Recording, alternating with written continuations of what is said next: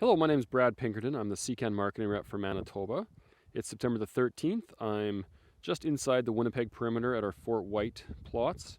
And I want to walk you through these plots, just show you, you can see we've got some differences in maturities, difference in standability. So we'll just go through these one by one and take a look at the different varieties and their characteristics.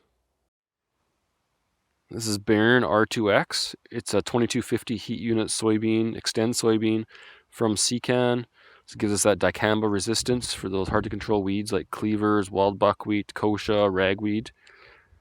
It's a nice tall plant. Looks like it's maybe more in that 2300 heat unit from what I've been seeing so far. But nice tall plant. Looks like we've got some pretty good yield potential here. Again, nice potting off the ground. Our seed growers have commented on how aggressive it is right out of the ground and helps close in and cover off that ground to provide some competition against weeds. Especially some of the Saskatchewan seed growers have commented on that. So can't wait to get these yield trials off to see where we can position Barron R2X for yield compared to our other products. This is Bishop R2. It's about a 23-25 heat unit bean. It has a very good following in that Arborg area and into Saskatchewan as well. It stands very tall, has amazing bottom pod height. You can see here, got all 4 fingers in the bottom pod. This plant here, this plot here has great pod set. Got some nice clusters on the top here. So it stands nice, easy to harvest. It is susceptible to iron chlorosis, so you need to watch that. But it's become a very popular variety, like I said, in Arborg. This is Mahoney R2. It's a 2350 heat unit bean. You can see here we've got some pretty mature pods. Mahoney is a bushy plant.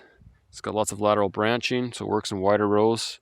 It is susceptible to iron chlorosis, so it does yellow off in the spring. But our experience so far is it still yields like crazy. And when you bring the combines in, everybody seems to be quite happy and they plan to grow it again the next year. So check out Mahoney R2 if you're looking for a high yielding, early maturing bean. Here's McLeod R2 from SeCan. It's a 2375 heat unit bean. Starts off very strong, very vigorous young plant. Has a tolerant rating for iron chlorosis, so it stays deep green throughout that iron chlorosis flash when other varieties will turn yellow. It has a nice stick type structure, not a lot of lateral branching, but stands beautifully. It's always a very impressive looking stand. You can see here, nice height, nice pods. It has big seed, so you don't need as many pods necessarily to get the same yield as other varieties. So it's very showy all summer long, very defensive type bean, very good yield. If you have iron chlorosis issues, try something like McLeod R2. This is Hero R2 from SeCan. It's a 2375 heat unit bean.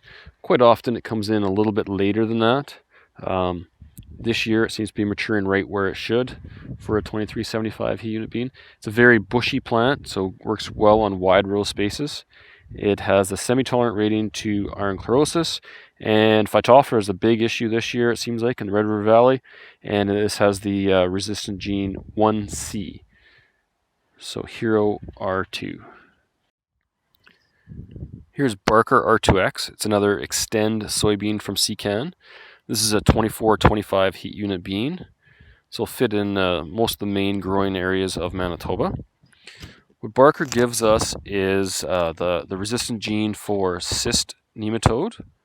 It also gives us the 1K gene for Phytophthora, which is becoming a big problem in the Red River Valley of Manitoba and a number of other areas as well.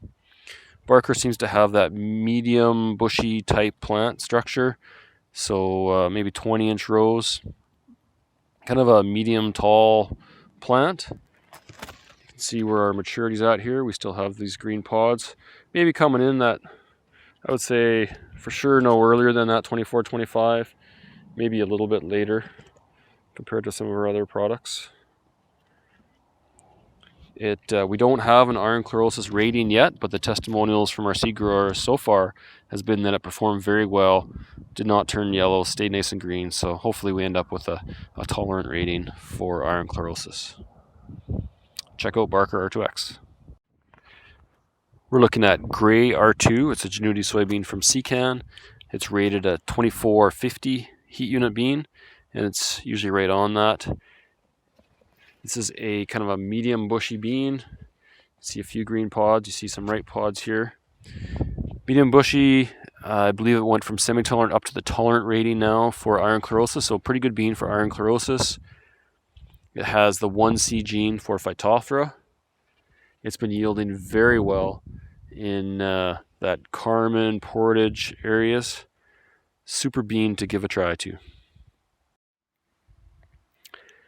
Now I'm looking at Chadbourne R2. It's a 2475 heat unit bean. Always seems to come in a little bit sooner than its rating should. You can see here we've got nice pod set. We've got things are turning very quickly. Chadbourne is tolerant to iron chlorosis. It's a medium height, and it always stands great. Always looks showy. Some farmers that have been growing it, they love growing it, and they keep coming back asking for more. So Chadbourne 2475, nice medium yield, consistent performer, tolerant to IDC. This is Currie R2. It's a full season Genuity soybean from SeCan, 2500 heat units. You can see we've got lots of leaves, lots of green pods still on this plant. It's a big plant, wide, bushy plant. You can see we got lots of lateral branching still showing on here. Currie has the 1K gene for Phytophthora, semi-tolerant rating for iron chlorosis. Big yield, works very well in the higher heat unit zones of Manitoba. Check it out.